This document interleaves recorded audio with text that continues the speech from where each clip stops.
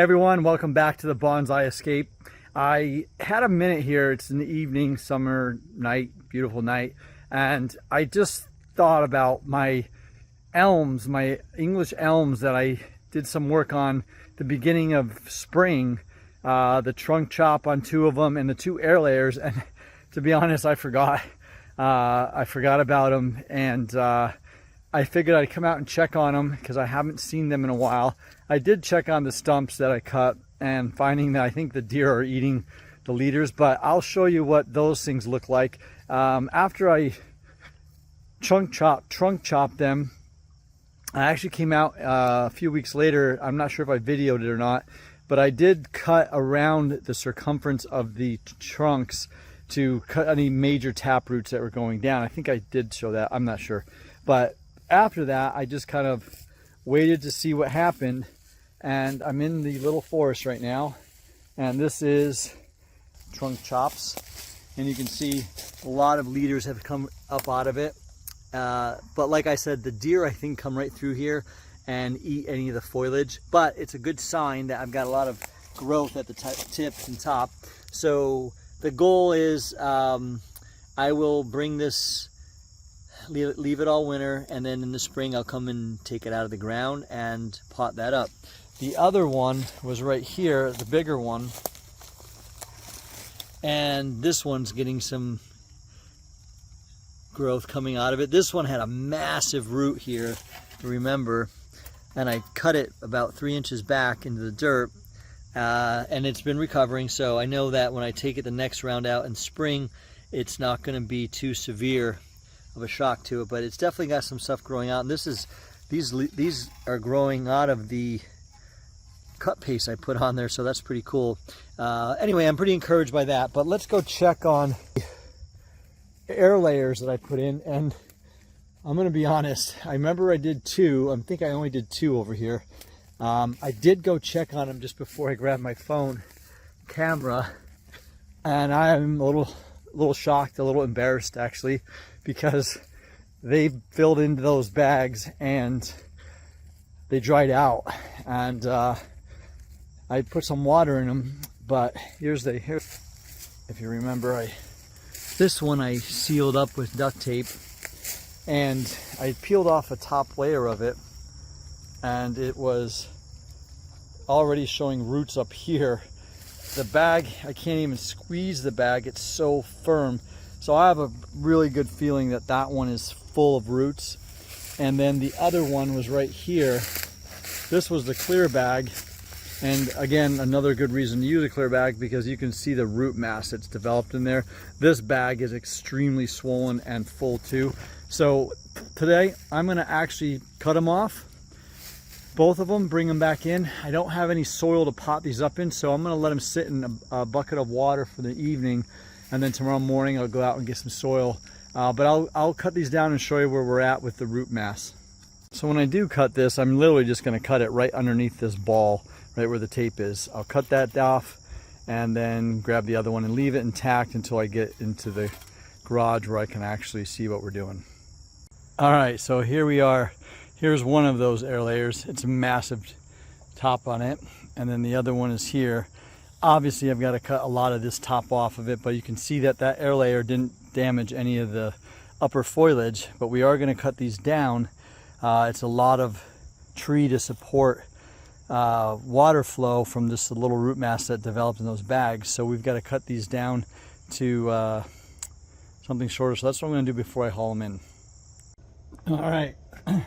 So as you can see, we've cut that big tree down to this, and I left some foliage on at the ends here just to help give it a little bit of sugar to stimulate more roots. But let's take this root ball off, this air layer, slowly. And it looked like some animals probably got here and started chewing on it, the top here a little bit, maybe some birds or something. But I'm going to slowly try to cut this off, all that duct tape, and see what kind of roots we have. This is very encouraging. I just don't know how this is going to be with the amount of foliage it has on it, if it's going to be viable enough to to push these roots more, and there's all kinds of critters in here, insects, spiders, like some termites. But all right, so we're getting the top section off here, removing the plastic bag and the duct tape, and look at this root mass that accumulated in our bag from, I believe it was April that I did this, May, April to now. So we're at about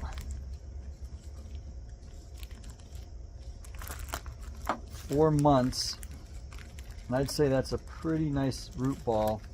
And remember, there is some sphagnum moss in there, but when I was feeling it, it was super hard. It wasn't squishy like it was when I first planted it, which just tells me that it developed some pretty good root ball. I've got to get this plastic off the main trunk that I cut off underneath. It's coming out now. But there you go. That's the root mass that developed. There's a little bit of moisture in it, not much, because I actually did put some water in it. But I'd say that was pretty successful. I'm going to simply just put this in a bucket of water right now and let it sit for the night, soak up as much water as it can, and then I will plant it in a, nursery pot tomorrow when I get some soil, and leave it like this throughout the winter. I'll put it probably in the unheated garage for the winter. The biggest thing is we're at the middle of August right now, and so I want to give this tree, from an air layering standpoint, I want to give this tree enough time to establish itself in a pot before winter dormancy sets in, because then now the roots become vulnerable. If it's not had time to store sugar, then the roots are extremely vulnerable to cold and freezing. So with that, I will protect it a little bit more and leave it in the unheated garage. It'll be about 40 degrees. It gets about maybe into the high 30s in there, but other than that, it's pretty well protected. I'm taking this root mass, the air layer off this, and look at that root mass that pulled out of that. It's incredible. I'll show you a close-up in a second here. Just taking my time trying not to ruin this, but this thing really filled in. Wow, this is impressive. I guess those are good selections. Very vigorous trees.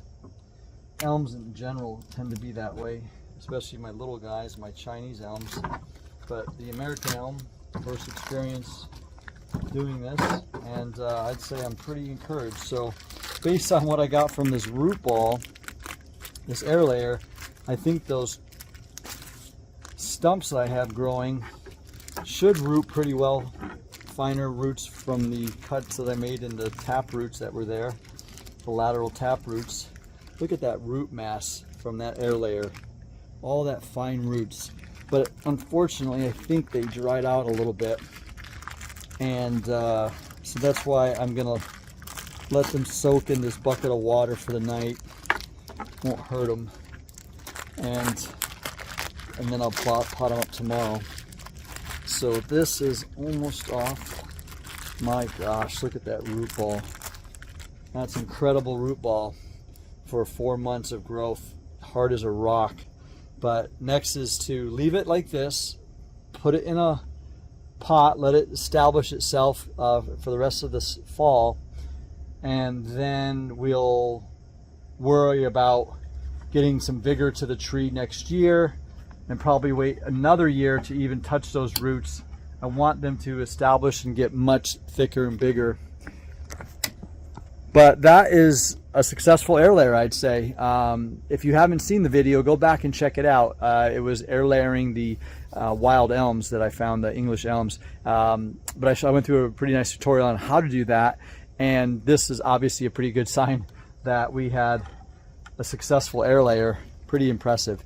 So I really encourage you to test your skills, try new things, and keep going. If you enjoyed this video, stay tuned for more because I have a lot more updates coming, and subscribe, and we will see you guys next time. Cheers. All right, so I've got the potting soil early in the morning today. I just picked up a bag of succulent cactus mix, which is pretty much just forest compost, peat moss, and coarse wood bark. It just helps with drainage. It is highly organic, so I did mix in about half of lava rock, so it does have a really good consistency breakdown. It doesn't clump up, but this will help maintain quite a bit of moisture in that root ball for the air layers, as well as provide a lot of nutrients for the first year or two, so these roots can really establish. And again, I'm hopeful that these air layers take, because they're gorgeous little trees. With most of the air layers I've done, I've had a really good success, so I'm just following the same pattern. So stay tuned and I'll get these guys potted up. Alright, so I've got the massive air layer root ball, and it's as simple as just putting it in my soil and then filling it in. This should be plenty of soil, and what I'll do after I'm done putting the soil around it, I'll see how stable it is. I definitely want some stability in this root ball, and so I might just wire it in around the tree, but I don't think I'm going to need to. This thing's pretty stable right now, and it looks pretty good.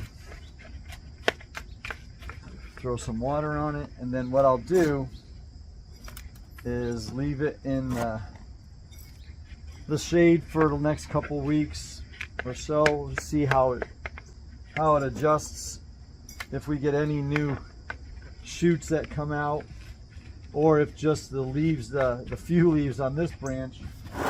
This air layer had very little foliage closer down to where the air layer was. This happened to be the tree I was working on, so there's actually a little tip up here and a little tip in the back, and that'll be a gauge for me to see if the roots are supporting that foliage mass, which I assume that it should be. There's actually a lot of stored energy in these branches still, so a couple months that we have left here of the fall. It's early fall right now. We still have, or I'd call it late summer, so I still have the fall 2 or 3 months of time for this thing to establish itself. Perfect timing, and then I'll be able to judge by how well these leaves respond to whether this thing's taking or not. But pretty encouraged, and I think you can see from just the trunk mass, it's a good 1.5 inches or more, twice to the width of my thumbs. And it's got some very cool movement to this trunk, so maybe I'll get a new leader coming out somewhere. The first thing is to get these roots established, get them healthy, and then we can start deciding on if I can get some movement out of this trunk, cut the branches back and get some leaders coming out. So let me go ahead and pot up the next one. This one has much more foliage at the closer to the air layer, but as you can see, that root mass was massive. They've been soaking overnight in the water, and I put this this little solution of root stimulator. I'm not sure how well it works. I may have to cut some of this big long branch off, but I can go ahead and pot this up. This organic soil plus some it's a cactus succulent mix, just your basic cactus succulent mix with lava rock. I added some lava rock just to help break up the consistency of all that peat moss, but it does have it's a much more coarse mix of wood bark to allow for drainage, and then they always add a little perlite for looseness and soil conditioning, and then the lava rock helps with the aeration as well. But that's all it takes. These are pretty stable in the pot, so I'm not going to worry about wiring them in. Some of my other air layers, depending on situations, I had to actually put in some wires just to hold them in place, just attach them to the thing. But even this trunk, it has some really cool movement in it and a lot of foliage mass, so I'm going to be able to really gauge as to how well the roots are supporting that foliage mass, and that's a good sign of the strength of the roots and where the health of this tree is. This is deciduous, so I will lose all of these leaves in the winter, and then fingers crossed for the spring for us to get some new growth, and then decisions on where I want to cut and establish new leaders. Just going to let this thing stay as it is. I'll probably cut some of this long extension off only because it is just a pain to store somewhere. Plus it adds a lot of demand for the roots to push water all the way out to that foliage. So I'll cut some of this off right now, but other than that, that is potted up and ready for its new life in a pot. I really am excited about these air layers, mainly because this is probably the thickest trunk that I've actually air layered, and to see that much root development was pretty exciting. So very encouraged by it. Definitely a strong, healthy tree, and the next step is to get this healthier in this pot established, and we'll go from there. So stay tuned, subscribe to this channel so you can see the progress of all these trees that I've been working on, and I look forward to seeing you guys soon.